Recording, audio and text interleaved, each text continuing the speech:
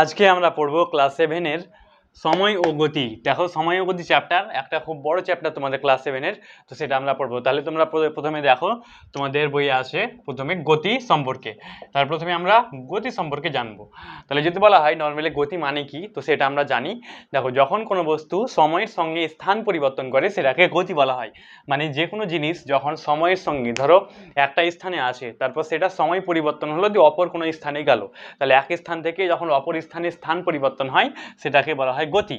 তাহলে এবার বললাম গতি মানে কি, তোমরা লিখো যে সময়ের সঙ্গে স্থান পরিবর্তন হওয়া যেটা আছে সেটাকে বলা হয় গতি। সময়ের সঙ্গে স্থান পরিবর্তনকে গতি বলে। তোমরা আমার সঙ্গে সব লিখে নাও, পরিবর্তনকে গতি বলে। ঠিক আছে, এবার এগুলো দেখো এত সিম্পল জিনিস পরীক্ষায় আসবে না যে গতি কি। তো এবার গতির যে ভাগগুলো আছে সেগুলো সম্পর্কে আমরা জানবো, মানে অনেক প্রকারের গতি হতে পারে সেগুলো।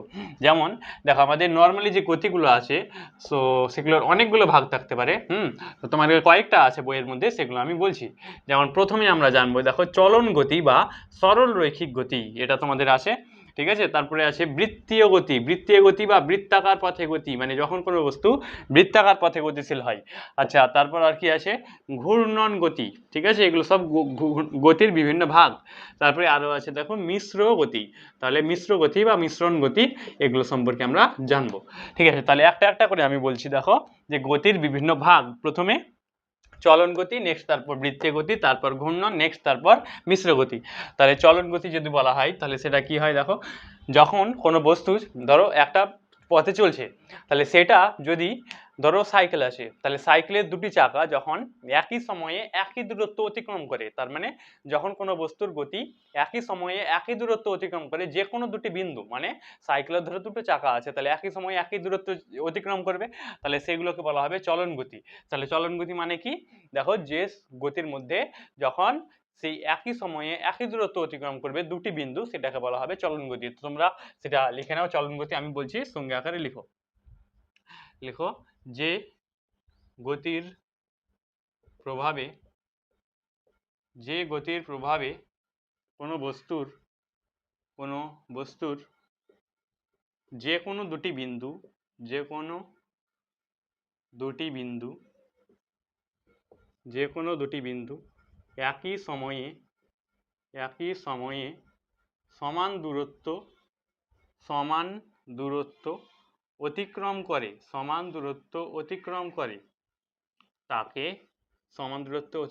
তাকে চলন গতি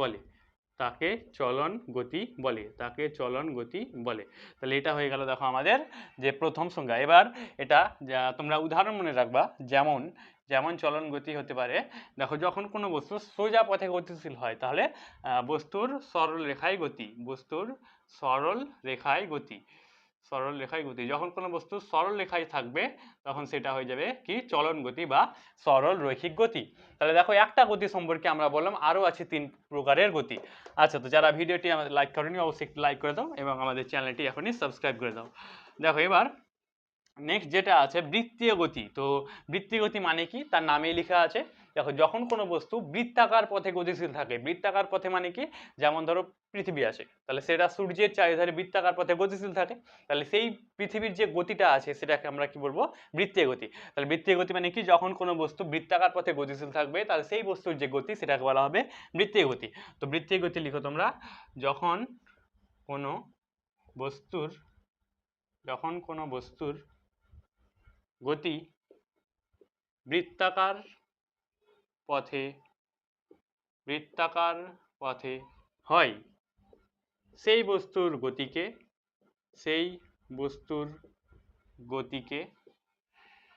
বৃত্তীয়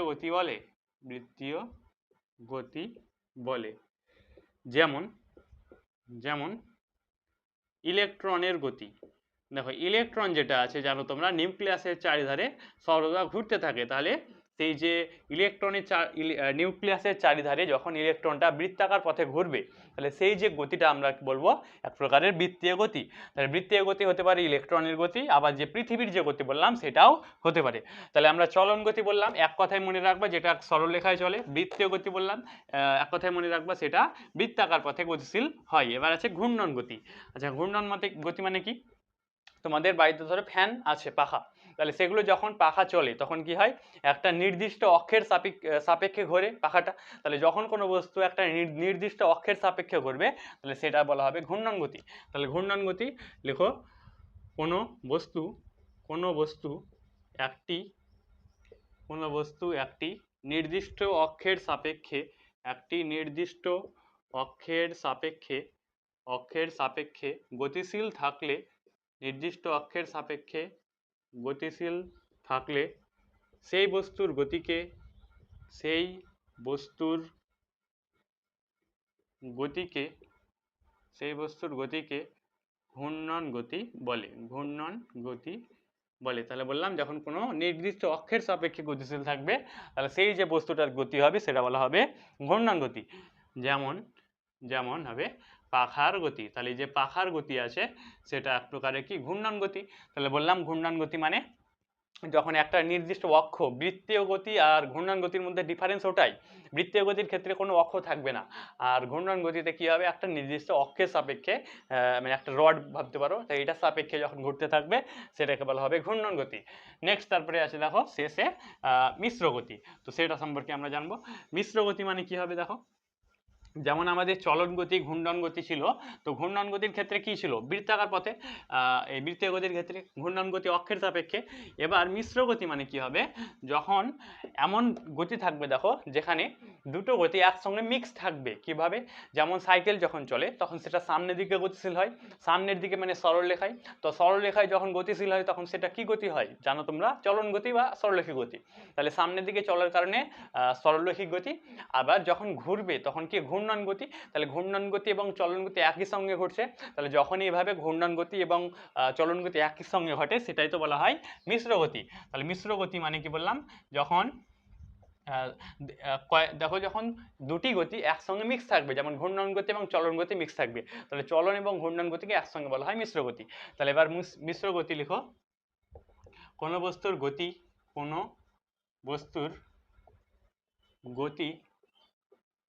ঘূর্ণন ও চলন গতির মিশ্র থাকলে সেই বস্তুর গতিকে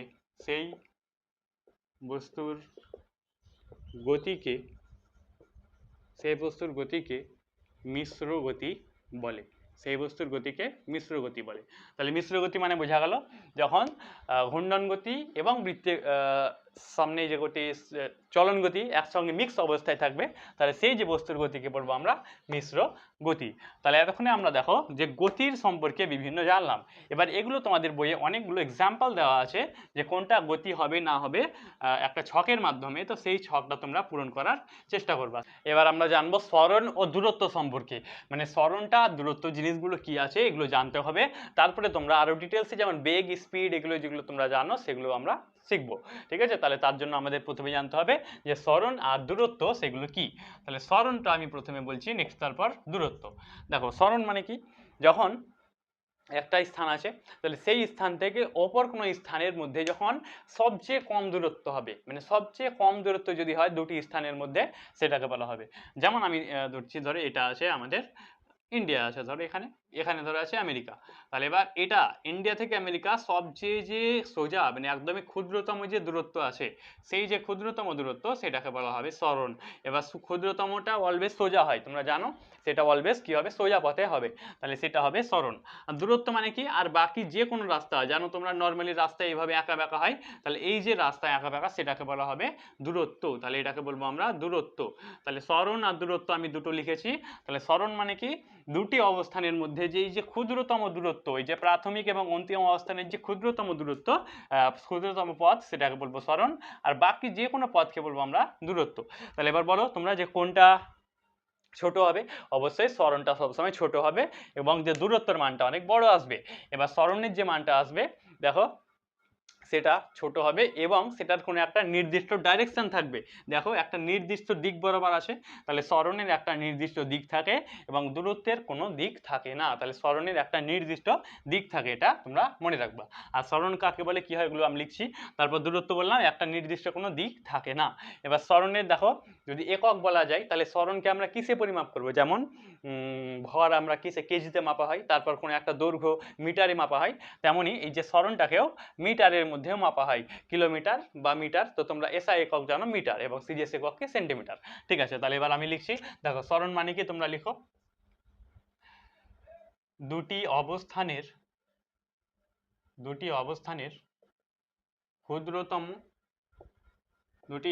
ক্ষুদ্রতম সরলরেখা বরাবর পথকে সরণ বলে। তাহলে এটা হয়ে গেল সরণ।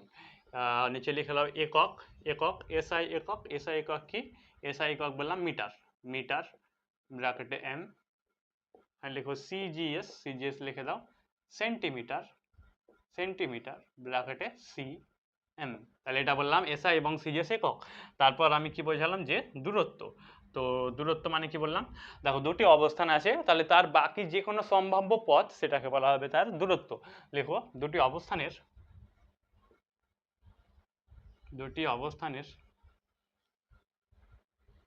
যে কোনো সম্ভাব্য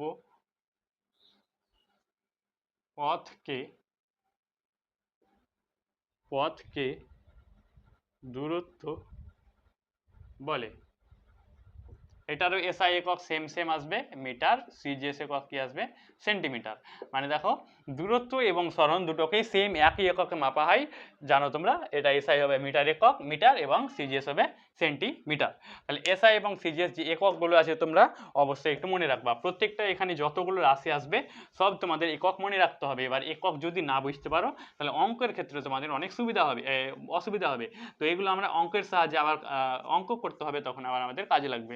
আমি করাবো অঙ্ক, নো টেনশন, সব আমরা এই চ্যাপ্টারে করাবো। আচ্ছা, তো যারা ভিডিওটি লাইক করোনি অবশ্যই একটু লাইক করে দাও। ঠিক আছে, নেক্সট তারপর এবার আমরা দেখছি সরণ দূরত্বের পরে আমাদের জানতে হবে দ্রুতি এবং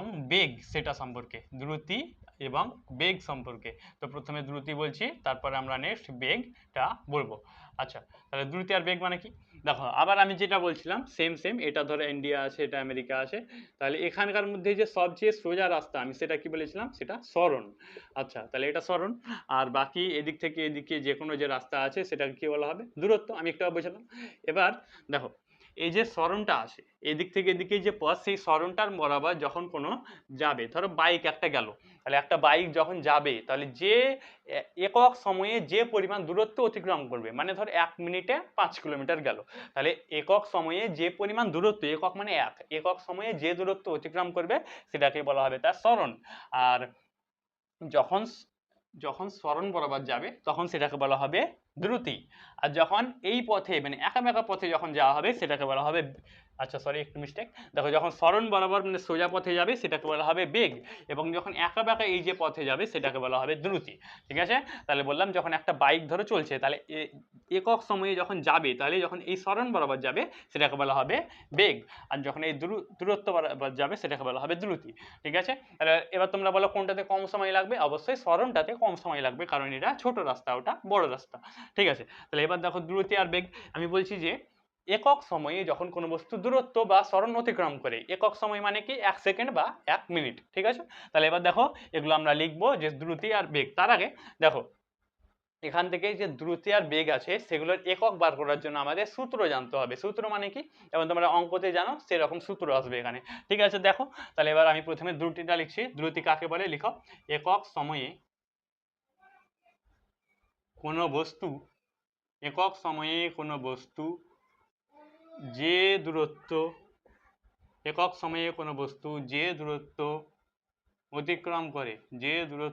অতিক্রম করে তাকে দ্রুতি বলে। ঠিক আছে। অতএব দেখো দ্রুতির যে সূত্রটা আসবে, দ্রুতি মানে কি বললাম আমি, একক সময়ে কি দেখো দূরত্ব, তার জন্য আসবে দূরত্ব বাই সময়, যেটা একক হবে সেটা নিচে আসবে তার জন্য।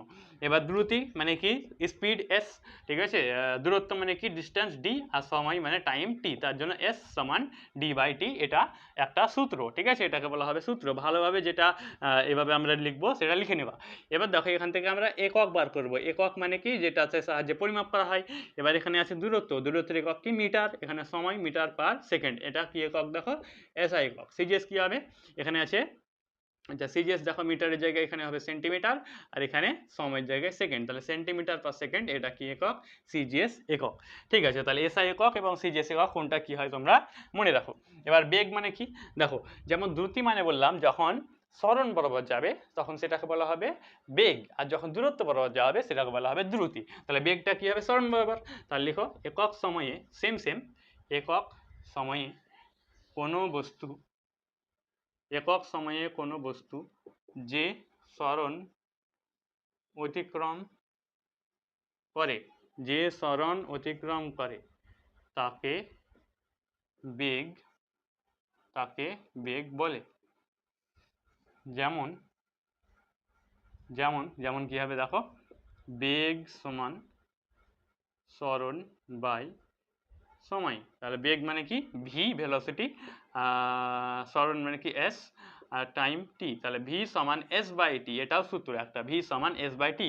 এবার একক যেগুলো আছে সেম আসবে, দেখো একক আসবে মিটার পার সেকেন্ড, কেন, কারণ এখানে আছে দেখো সরণের একক মিটার আর সময়ের একক সেকেন্ড। সিজিএস কি আসবে সেন্টিমিটার পার সেকেন্ড, ঠিক আছে, তাহলে এসআই একক সিজিএস একক এগুলো তোমরা লিখে নিবা। আর দ্রুতি আর বেগ বললাম এগুলো। এবার যদি বলা হয় দ্রুতি এবং বেগের মধ্যে ডিফারেন্স কি বা পার্থক্য, তো দেখো তোমরা দেখতেই পারছো দ্রুতি যেটা আছে সেটা অলওয়েজ কি হবে দেখো দূরত্ব বরাবর হবে, এটা সরণ বরাবর হবে। দ্রুতির ক্ষেত্রে কোনো ডাইরেকশন থাকবে না, এটাতে কোনো একটা নির্দিষ্ট ডাইরেকশন মানে একটা দিক থাকবে, ঠিক আছে। তারপর দেখো যে দ্রুতি আছে সেটার ক্ষেত্রে যে মানটা আসবে সেটা বেশি আসবে, আর এই যে বেগটার মানটা কম আসবে, কারণ জানো তোমরা দেখো এই ক্ষেত্রে কি হবে, এক্ষেত্রে দূরত্ব যে ডিস্টেন্সটা আছে কম, আর এখানে একটু বেশি, কারণ সোজা পথ অলওয়েজ কম হয়, তাহলে এগুলো ডিফারেন্স মনে রাখবা।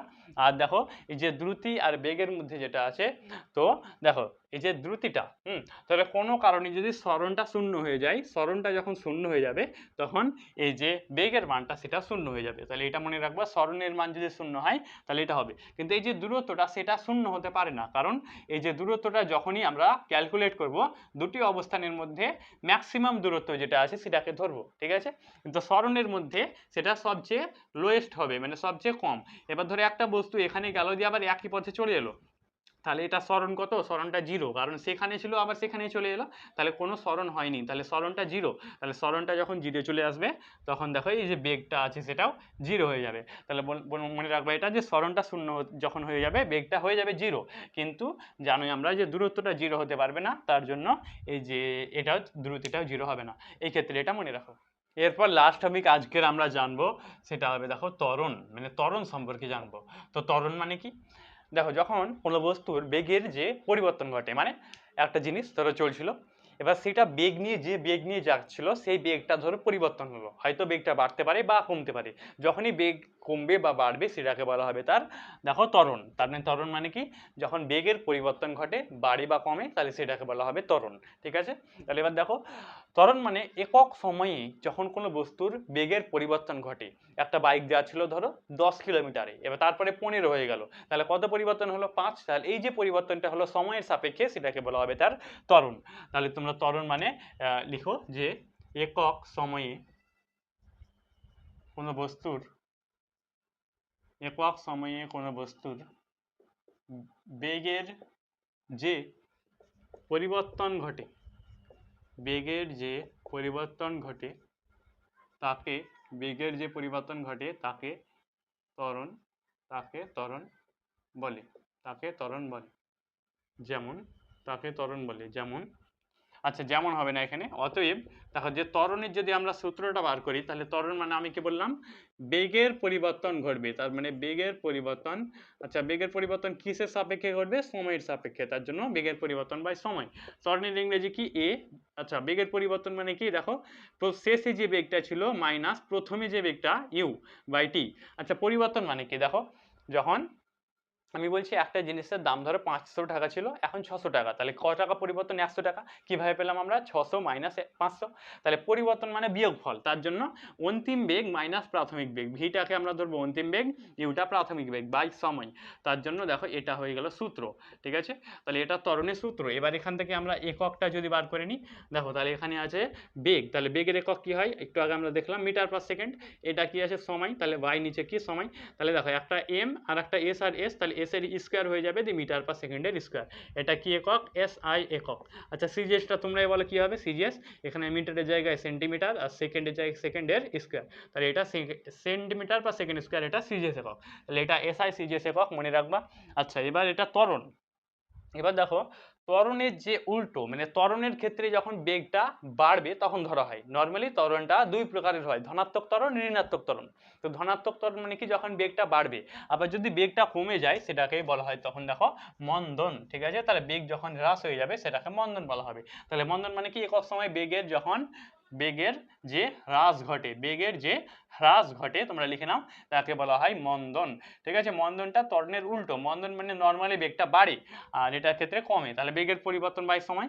তার জন্য এবার দেখো এখানে যখন তোমাদের মানটা বার করবো আমরা, তখন অ্যান্সারটা মাইনাসে আসবে, মানে ত্বরণটা কি আসবে, মাইনাসে। কেন, কারণ এই যে এটা ছোট হয়ে যাবে আর এটা বড় হয়ে যাবে, তার জন্য অ্যান্সারটা মাইনাসে আসবে। তো যখন অ্যান্সারটা মাইনাস আসবে তখন আমরা বুঝতে পারবো সেটা কি মন্দন, সেটা কি হবে না, ত্বরণ হবে না, মন্দন হবে। এবার তার জন্য এই যে মন্দন আছে, সেই মন্দনটাকে আমরা কি বলবো, ঋণাত্মক ত্বরণ। তাহলে মন্দনটাকে কি বলা হয়, ঋণাত্মক ত্বরণ। কেন, কারণ অ্যান্সারটা যেটা আছে মাইনাস আসবে আর সেটা ত্বরণের উল্টো, তার জন্য মন্দনকে বলা হয় ঋণাত্মক ত্বরণ, এটা মনে রাখবা। এককগুলো সেম সেম আসবে, মন্দনের ক্ষেত্রে এটা আসবে, এগুলো আসবে, আর বললাম বাকি সেম টু সেম। তাহলে এগুলো তোমরা ভালোভাবে লিখে নাও। এবার একটা প্রশ্নের উত্তর তোমরা কমেন্টে জানাও যে বেগের সিজিএস একক কি, তোমরা আমাকে বলো যে বেগের সিজিএস একক কি, কমেন্টের মধ্যে অবশ্যই বলো। আজকে এতদূর থাকবে, আবার পরের দিন আমরা ক্লাস করবো। তো অবশ্যই আমাদের ভিডিওটি লাইক করে দাও, চ্যানেলটি সাবস্ক্রাইব করে দাও এবং একটু শেয়ার করে দিও, কারণ আমরা জানো যে আমি ক্লাস 7 থেকে 12 সব কিছু আমি পড়াচ্ছি সায়েন্সের। তো অবশ্যই চ্যানেলটি সাবস্ক্রাইব করো, আবার পরের ক্লাসে আসছি, তোমরা এটা আমাদের কমেন্টে লিখো।